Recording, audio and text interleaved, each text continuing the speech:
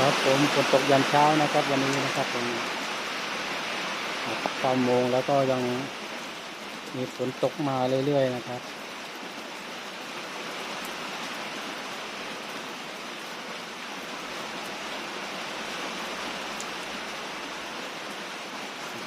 ตกตอนนี้ก็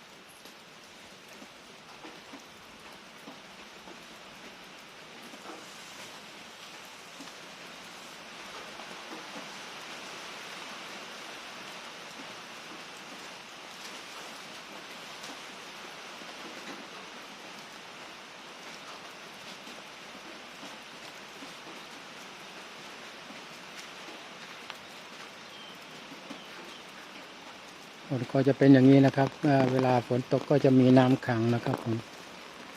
น้ำขังเป็นของธรรมดานะครับเพราะว่าเราก็จะนอนอยู่กลางพื้นอย่างนี้นะครับผมที่นอนก็จะค่อนข้างลำบากนะครับไม่เหมือนแถวสุรินทร์นะครับเขาจะมีบ้านให้อยู่นะครับผมแต่เราก็ไม่มีบ้านนะครับผมก็จะมีนอนในที่โล่งแจ้งอย่างนี้นะครับสำหรับการนอนของช้างที่เมืองพัทยานะครับผมก็เป็นประมาณนี้นะครับที่นอนของเขาก็จะเป็นที่โล่งแจ้งนะครับผม ก็ไม่มีคะแนนที่จะสร้างบ้านให้นะครับผมเพราะว่าที่ก็ไม่ใช่ที่ของเรานะครับที่ก็เป็นที่ของเขาเช่าครับผมนะครับได้ตัดสับปะรดมานะครับที่เขา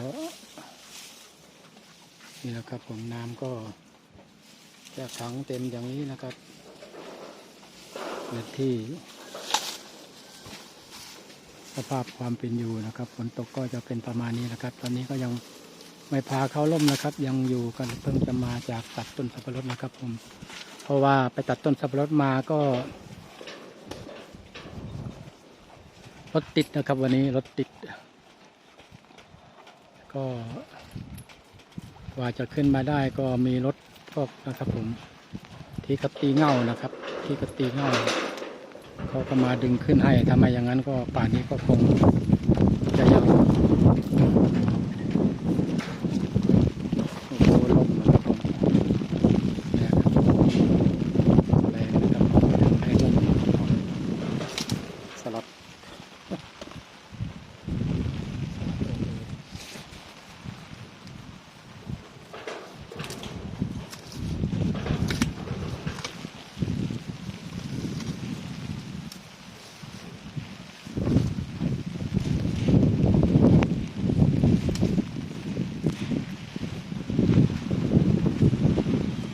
กับพื้นที่ที่น้องตายนอนก็จะเป็นประมาณนี้ครับนี่ก็ฝนตกอีกแล้วนะครับตกมาไม่ขาดสายเลยนะครับบรรยากาศในยามเช้าวันนี้ก็คงจะให้อยู่ตากฝนไปก่อนนะครับว่าเราจะเตรียมตัวเสร็จนะครับอาบน้ำอาบท่านะครับผมกินข้าวกินอะไรกันก่อนเราก็จะนำต้นสับปะรดนะครับที่เราตัดมาแล้วก็มาโยนให้เขากินไปก่อนนะครับ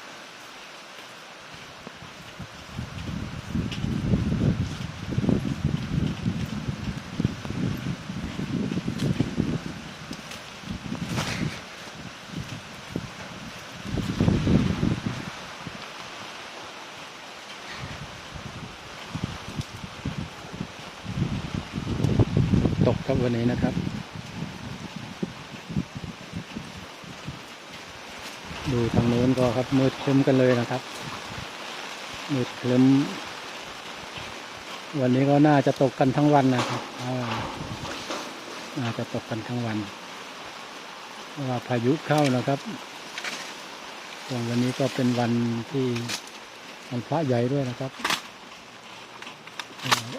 สิ้นเดือน9นะก็จะขึ้น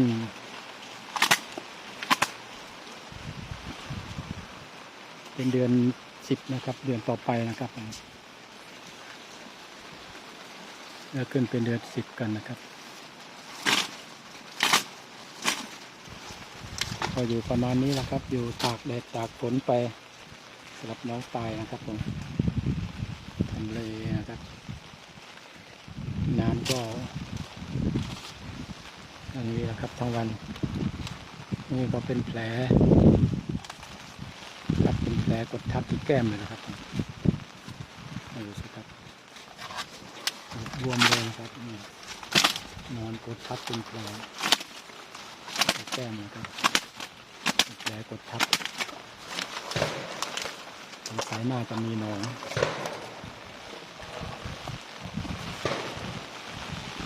ต้องไปหาหมอมาผ่าให้แล้วนะครับหาหมอมาผ่าให้เพราะว่าแผลครับบวมปูดเลยที่แก้มนะครับ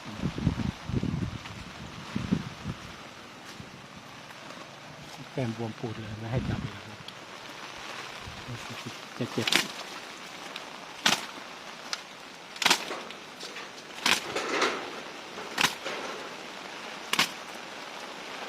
ก็คะแนนที่จะหาหมอมาก็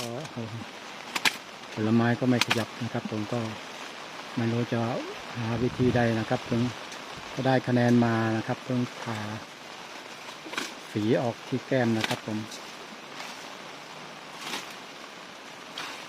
ฝากแม่เมตตาด้วยนะครับผม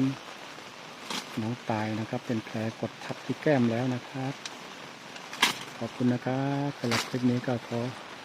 จบเพียงแค่นี้นะครับผมจบคลิปของน้องตายนะครับผม